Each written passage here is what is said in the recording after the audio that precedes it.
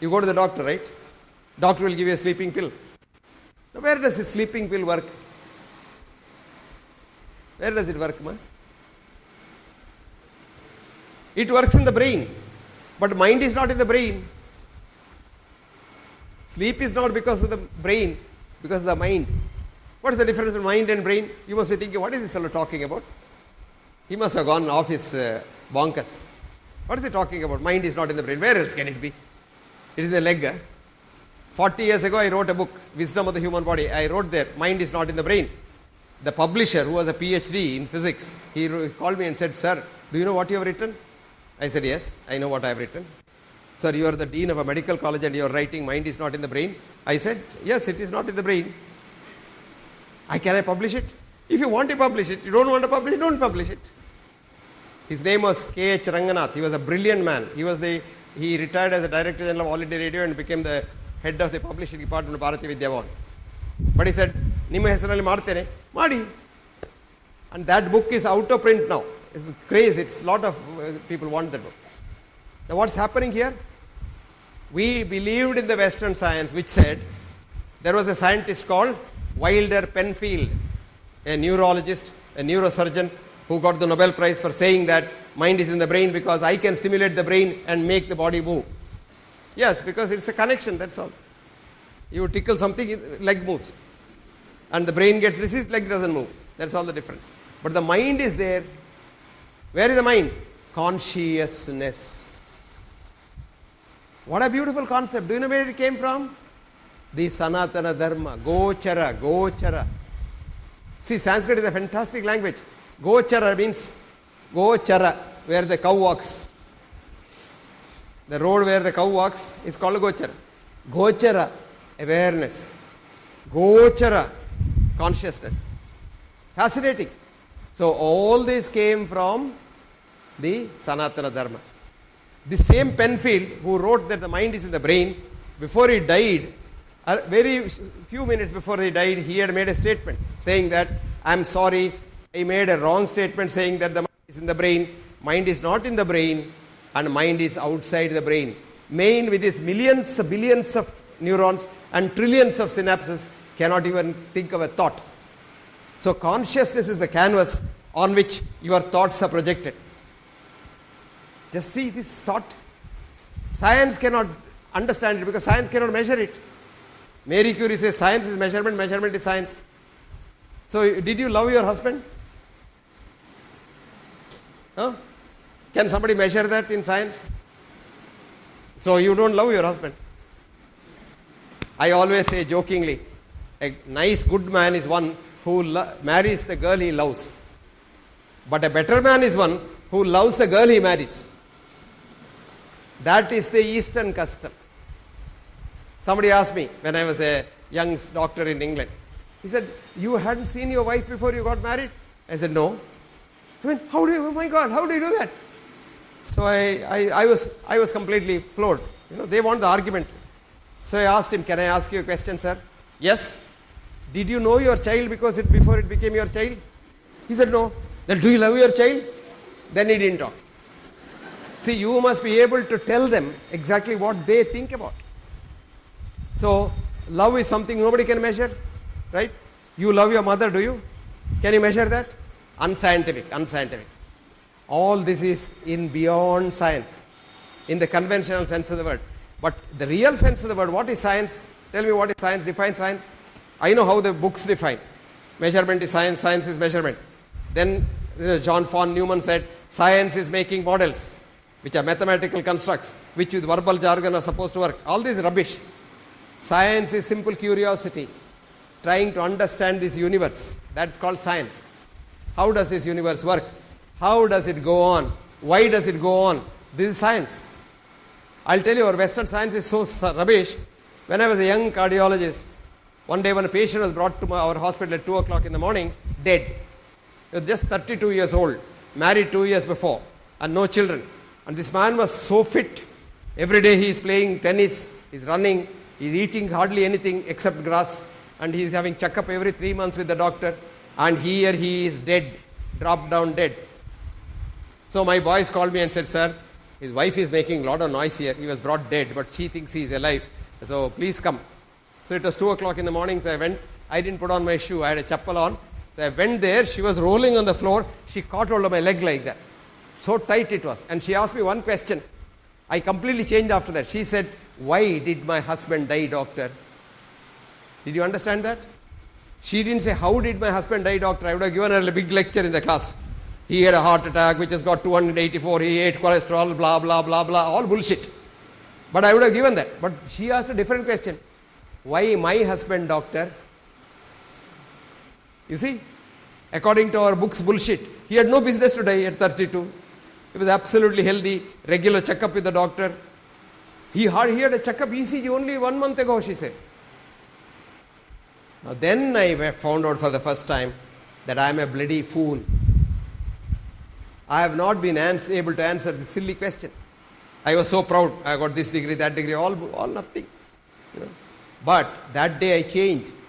Then I went lot of research. I went into Sanatana Dharma, I went into this, I went into religion, teleology, philosophy, all kinds of rubbish. And there I found one scientist telling in 1844, Charles Sherrington was a Nobel laureate, saying that positive sciences of the West cannot answer the question why. They can at best answer the question how or how much, but not why. Ratio, is therefore not reason why. Then I realized, as a doctor I can say, how does the heart contract? Can I say, why does the heart contract? But you can say that if you know our ancient wisdom.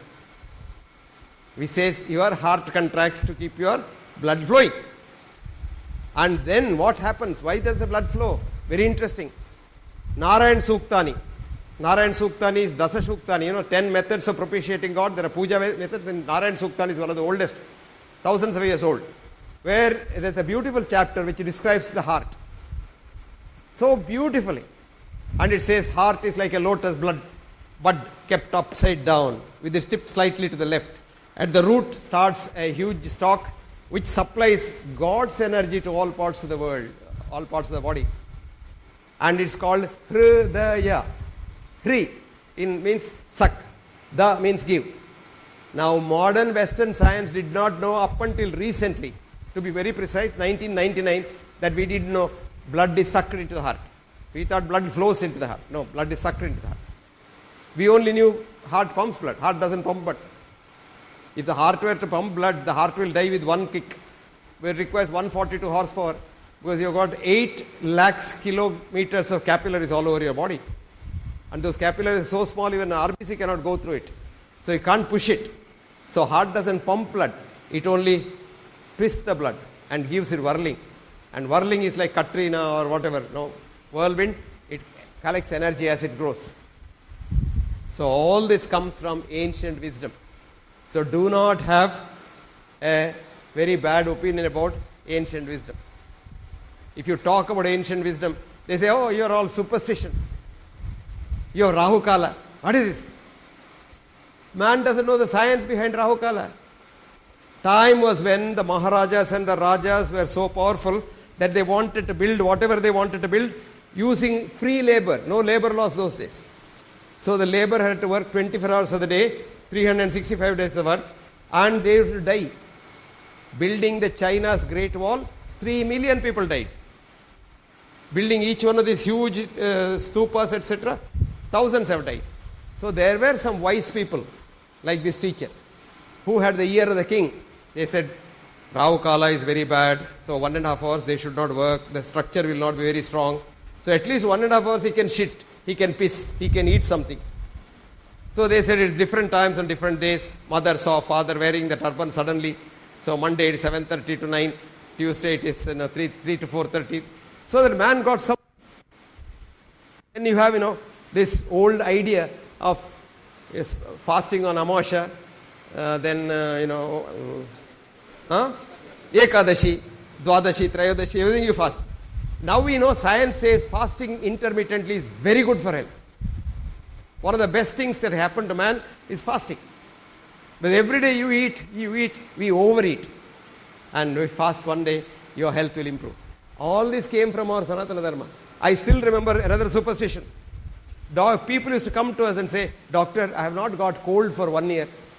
I said, "Very good. I wish I didn't get cold for 1 year. It's a horrible thing." "No, sir, I want to get cold. Please get me cold." I said, "Why?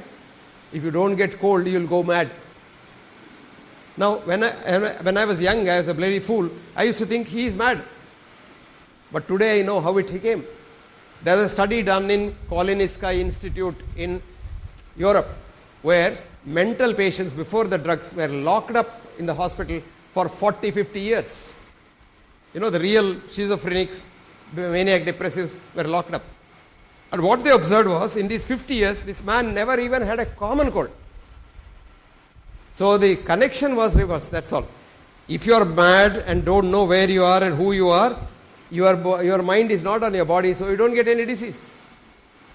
So they didn't. So it was reversed by our observational science that, okay, he was mad because he didn't get cold. No, he didn't get cold because he was mad. But this fellow thought he is becoming mad if he gets cold. You see the difference? That's all. Like, for example, I know a lot of these Brahmins. Have you seen them eating with the, what is that called? Huh? Correct. Now you think it is a superstition? No. It's high science. There is a tube here called the esophagus, which takes food from the mouth to the stomach, which is a closed tube, potentially open, but closed. And if you take solid food first time and swallow it, many of them even choke and die. But if you put a little water, that peristalsis starts like the snake. So these people were told, little water you drink before eating, otherwise you will die. Who will listen? Then they brought God. God means fear, no? Devara bhayave jnanada arambha. They brought God and said, if you don't do that, God will be angry. So compliance from 0 came to 90. So they saved people. See, it's all science. So don't laugh at anything. Think of that. I will again repeat this. My time is up. A fool thinks he is wise. A wise man knows he is a fool. And you are a teacher when you think and know that you are an ignoramus. Thank you very much. Thank you, sir. I'm sure the participants are a degree more wise now than they were before the session. And I'm sure they will carry this message when they go back to their classes. I now request Swami Jitakamanandaji to present a memento to Dr. B.M. Hegde.